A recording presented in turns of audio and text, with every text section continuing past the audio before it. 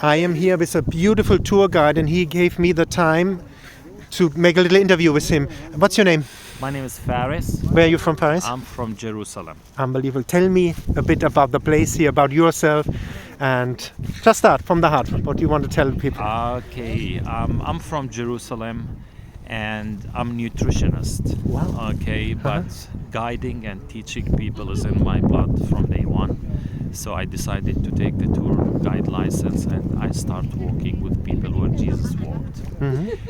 Today we are in Nazareth, and we are standing on a mountain. It's called Mount Precipice, where you can see 360 degrees around Nazareth and the Jezreel Valley area. That side you can see Nazareth. Today Nazareth is the capital of the Galilee region. 75,000 people living here. It's the largest city in the Galilee area. But if we go back to 2,000 years ago, during Jesus' time, it was a very small village, 150 to 200 people living in Nazareth. They lived in caves, and they knew each other. If we go to the right a little bit, we see Mount Transfiguration.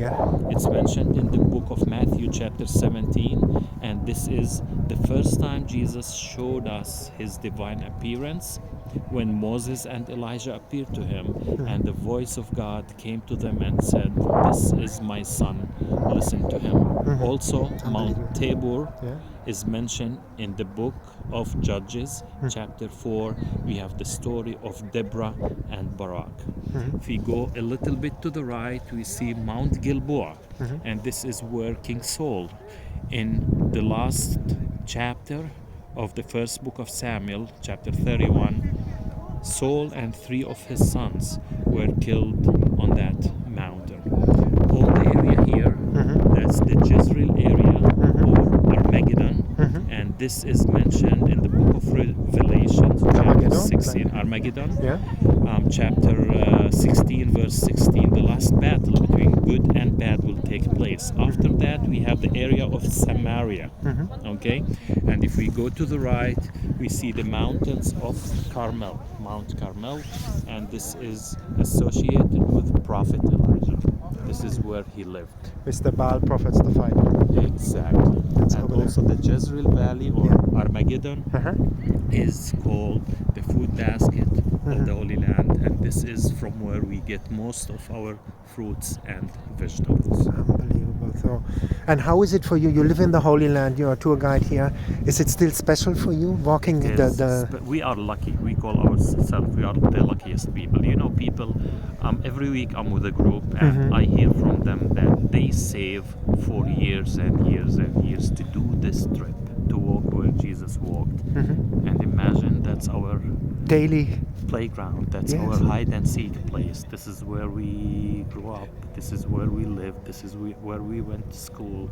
So it is special for us. And believe me, every time I take groups to such places, it's like my first time. I feel it. I feel when you talk, the presence of the Lord. I feel the presence of Jesus. So we are lucky. We are lucky. And how? I don't say we are lucky. I'll say we are blessed. Amen. And how is it, like you said, you feel the presence, somebody who is not Christian? Can you describe a bit this relationship you have?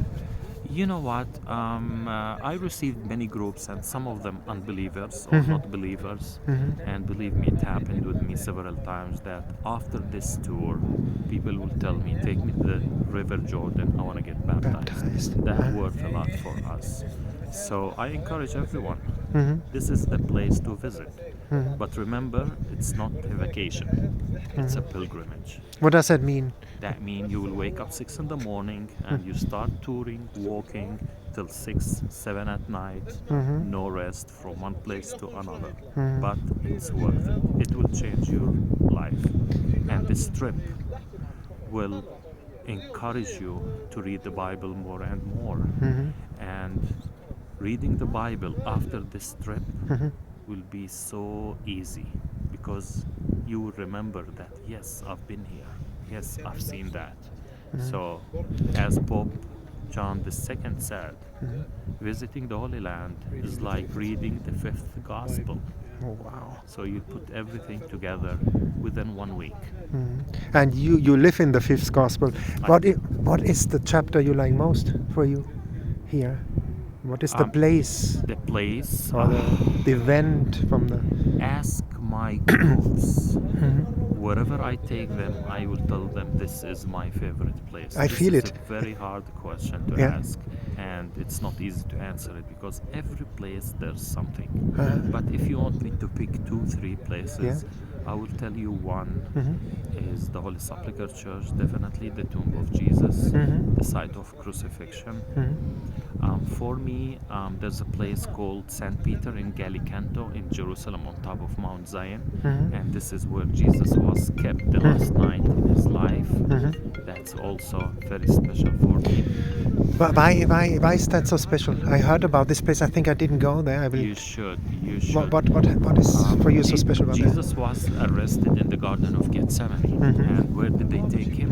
They took him to the house of the corrupted priest Caiaphas, and this is where he spat on him, he slapped him, he torn his clothes, and they lowered him and they imprisoned him in a dungeon, in a water cistern, and he spent that night there. And in the morning they pulled him out, and they took him to Pontius Pilate. It's unbelievable. That's the place. Yeah, people will feel it there.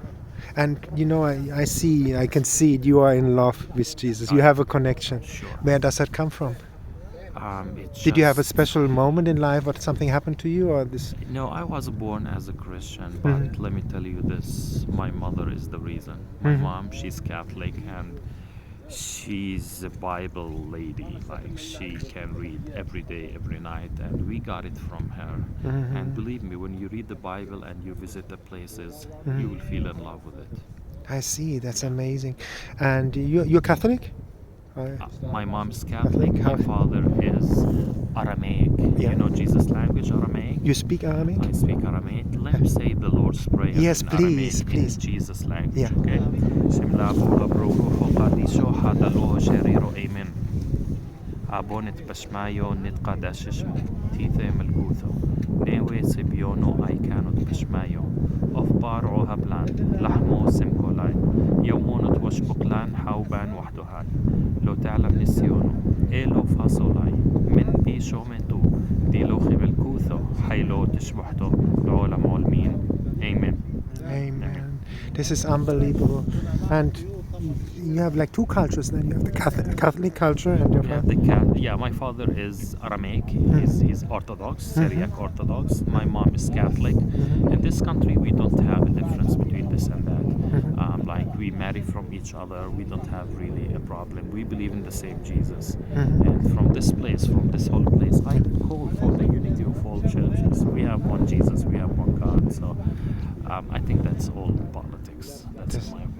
Wow, thank you so much for this beautiful interview. Thank you so much. God was bring us